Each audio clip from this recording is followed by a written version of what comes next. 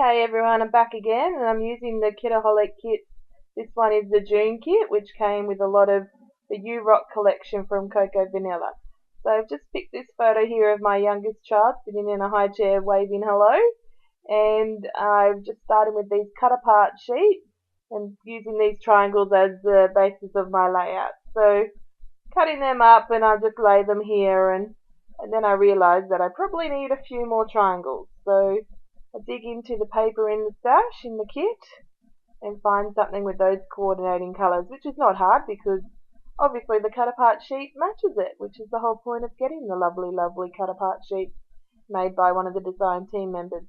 So even using some of these Project Life cards to cut it up, and I just use those triangles as a template. So off we go, start cutting, and I use a couple of each colour, each pattern paper, just so that it ties in a bit. Otherwise, I thought if I use too many, say I use like 12 different patterns, like it would just be too hectic. Whereas if you have some of the same, couple of each of the same pattern paper, it blends in and makes it more of a continuous layout rather than throwing everything here, there and everywhere. So just laying them out here in a bit of a vertical design, trying to work out where I would like to place them, trying not to put too many of the same patterns in the same kind of area or the same direction, that kind of thing. But, you know, there's no real, other than that, there's nothing that's, you know, I'm thinking about in my head, just putting and plonking and seeing how it goes.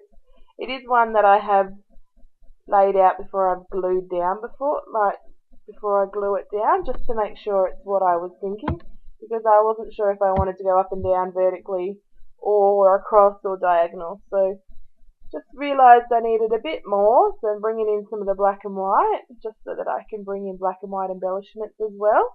So that's some of the other things you've got to think about when you're thinking about colours, is if you've got this embellishment that you want to use and it's black, or you want to use a black title, that you probably would like to have some black in the pattern paper or the background or something like that. So here we go. So laying it out here like this, and then I will glue it in a moment, but I think I fiddle with some layers behind the background, behind the photo, to see if it is the design I want. So here we go, using that piece of paper that I cut those triangles from as the first layer. Looking at the chipboard, so that didn't come in the kit, but I did order it separately from the Kitaholic shop so that it could come with my kit in the post. Goodness, I'm starting with this not being able to talk thing again. Poor you that guys are listening to this voiceover going, oh, she's talking like that again. Okay, back to the cut apart sheet and cutting out that not green, it's orange, because look how it just matches, obviously, the orange on the printables and the cut aparts that I started with. So just laying and using that chipboard frame as a layer too, not actually on top of the photo, but at the back of it to give it some dimension and a bit of fun, and tie it all in. So I was thinking this would be a good way to do it, and having it, the triangles on the left and the photo on the right, touching the triangles, overlapping them. But this is what I was thinking, and in goes the tab. Thinking, oh yeah, something like that will work, and I believe this is where yes. So take off all these triangles and I glue them down, and you'll notice that I don't glue them in the same exact spot, but I just, generally glue them there. I save you that hassle of watching that, because it's pretty boring me watching it, and I was doing it, let alone watching it in a YouTube video.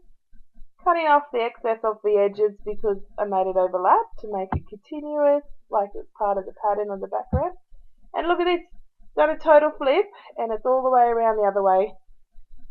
So that my triangles are now on the right, as you can see, and I'm just playing with these layers behind it, sticking on this tab.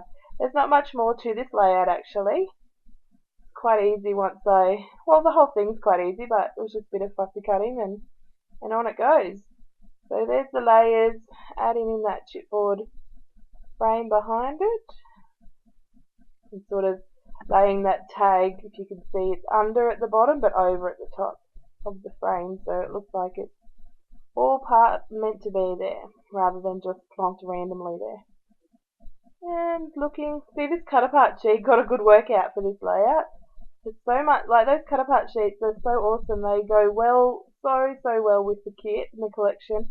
And they're things that you'll use, like they're not just bits and pieces that you're like, oh yeah, that's nice, but how could I ever use that? It's actually so usable. Some more chipboard, and I'm just trying to make a little cluster down the bottom here to the right because I figure that will just make the design flow, bit of a diagonal.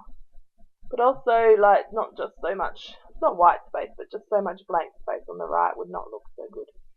I'm going to bring in a circle, but that was going to clash too much with the triangles and the square kind of thing I've got going on. Looking at the sticker sheet. Oh yeah, filling in that tab with a word, with a tiny word. Sticker from the sheet. Because you can't have a layout without tiny words. Pulling some things down. Oh, a wood veneer. Stuff. Pretty tricky to see on my little screen. You guys can tell me. Yell at the screen so I can hear. Tell me what it is. That's probably not very viable at all.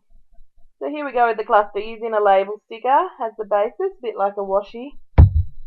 And on those little words go. And here I just use some fun foam, but I can't. You've got to lay it in between the frames so that it's not like dipping down at any section, that it's actually holding it all the way up. That's why it's a bit easier to use the fun foam rather than the fun foam tape, because it's a bit thicker and can be cut down to size rather than fiddling with the foam tape. Like I do have foam tape and I use it a lot as well, but it depends on what I'm using it for. I use foam tape more on like a little embellishment because it's a bit more fiddlier to cut the foam tape that small. So on goes my photo. Make sure it's straight and wipe off the excess glue as I normally have to do. So predictable sometimes when I'm looking at watching my own video. It's like, what? You do that all the time, Lauren. Oh, what did I zoom in for? Sorry about that. Oh, did I lose something? Selecting my layout to find something that I'd lost. So here comes one of those flare buttons that came in the kit. This cool kid. That's a beautiful. Oh no, I was going to use that orange. It was going to be, but then I used this blue one. Because the blue one says something like fun or something. Once again, I'm sure you guys can read it. I really need to work out how I can edit and be able to read and see things properly. Anyway, I've finished my layout. Thanks for watching. I'll see you next time.